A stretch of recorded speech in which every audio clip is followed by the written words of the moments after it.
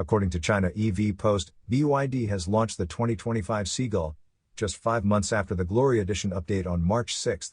Prices remain unchanged with starting prices at $9,650, $10,612, and $12,012.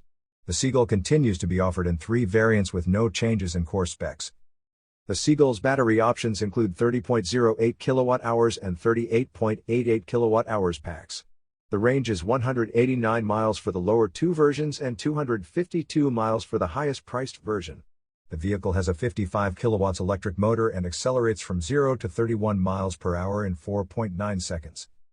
In 2023, BYD sold 280,217 Seagull units, contributing 9% to their annual sales of 3,024,417.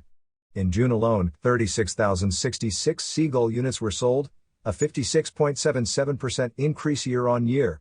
BYD's total anti-EV sales in June were 341,658, up 35.02% from last year. You are listening to Yuan News.